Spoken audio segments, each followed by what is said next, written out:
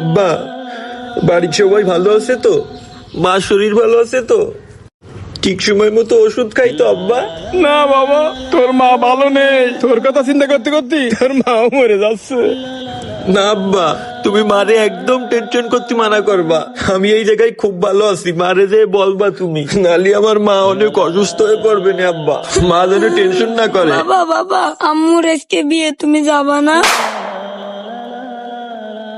এই পাগল ছেলে, তুই এইসব কি বলতেছিস? আম্মুর বিয়ে মানে? আব্বা ও এইসব কি করছে?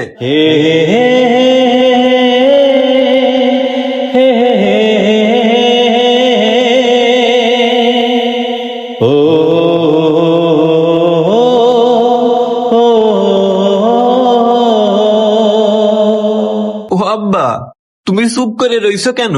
মনি কি করছে কও, এসব কি বলতেছে ও? বাবারে, জেলখানে রয়েছিস বলে তোর বউ তোরে তালাক দিয়ে আরেক জায়গায় বিয়ে বসতেছে। বাবারে, তুই কার জন্য কি করলি জীবনে? কার জন্য কি করলি?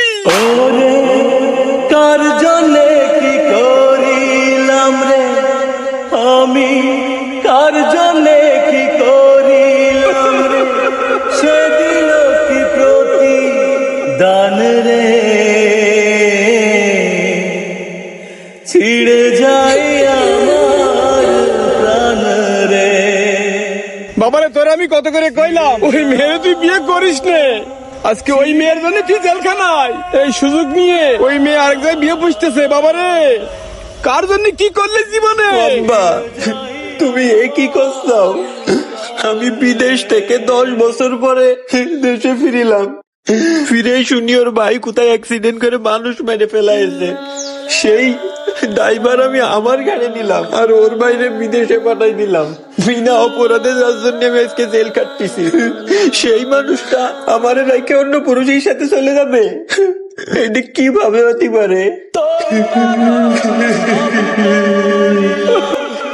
তোর কারণে জেল খাটিলাম, তোর কারণে পাগল